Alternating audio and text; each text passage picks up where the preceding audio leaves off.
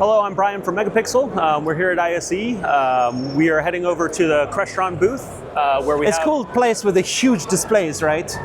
Yes, there are quite a few major displays around this area, and obviously one of the best you can find around is going to be here in the Crestron booth, which is the Ventana video wall, the microLED product we make. So what do you do? I'm a technical support specialist. I spend a lot of time working with the clients to ensure that there is a perfect video wall and perfect integration, and so I end up spending a lot of time perfecting what is already a beautiful, perfect product. Is it a cool job to have? Oh, it's a great job. Yeah, it's a wonderful job. As you can see here,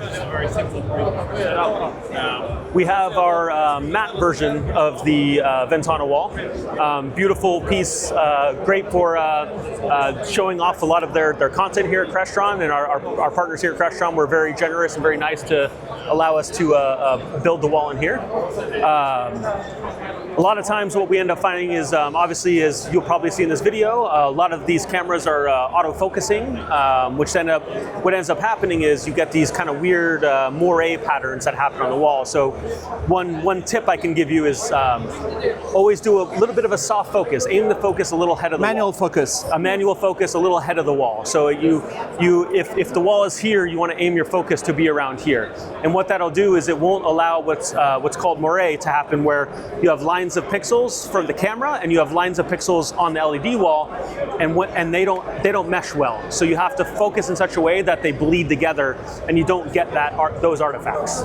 Is there a trick you could do in the setup somehow, or the engine, or the frame rate, or something you could do? Absolutely. To make it so, because all the people have their phones, they want to film at the event, they don't want to get moiré. Is there a way to not get it somehow? From the phone side, filming faster is always very useful.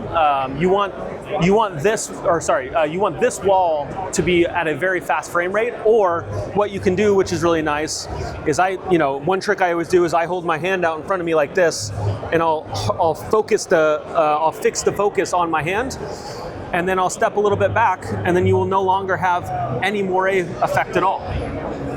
All right, but maybe it could be that the frame rate of that video is too low, and that's why I'm getting a moiré. So if they had a 120 hertz video, it would mitigate simpler. that issue. Yeah, it'd be much easier. And this display could totally support 120, 240, whatever. Yeah, absolutely.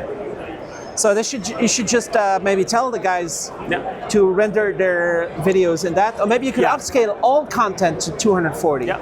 So the product itself will always run at a very high frame rate. It'll do the actual LED refresh will be far higher than the input video frame rate. So it's always refreshing very very quickly, or as quickly as it can is what I should say. So, yeah. All right, so it does upscale to it. I'm just thinking how to make sure that all the content creators out there can easily film huge displays without getting the moiré effect. Yeah, I mean, the key thing you need to do to make that happen every time is you need to manually set your focus, and you need to make it a little bit soft compared to the wall. And as you move around, as you get closer or further, you just need to be monitoring the moiré. And a lot of camera companies out there are already building software that do this automatically in the camera. So it detects a moiré pattern, and it'll actually account for that and move the focus to avoid that moiré.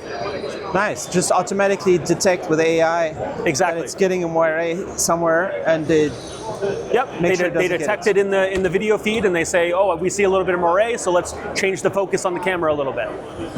This is already in development. It's already out in the world, and people are using it pretty often. But these are, you would think, more professional studio-style cameras and things like that to help with things like a virtual production wall and more professional I'm filming applications. In auto mode right now. My DJI Pocket 3. Do you want to talk about some other examples of setups and customers you're working with? Yeah, what's really been fun especially with the Ventana product, is that it's really infinitely scalable. So we've had all shapes and sizes, from small to big to tiny to a couple panel installations, maybe a couple tall or a couple wide, and then 50 panels tall. There's a lot of, because it's infinitely scalable and the frame is completely modular in such a way that you can build it in any way you want.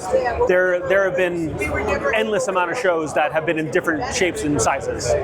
And do people expect to get like 10-year support, or how's it going to be? If the product's alive, we're there to support it. So it's going to be ready to be a permanent installation at the museum of something, art, or So a great example. So this is the matte version here. The matte version does a particularly good job for art style installations. If that were a route you wanted to go, like we have luxury residential projects where they really just want an artistic display in their house to show paintings and things or canvases that they might want. And then what's really nice is that the really soft matte version really makes it feel like you're looking at a actual painting.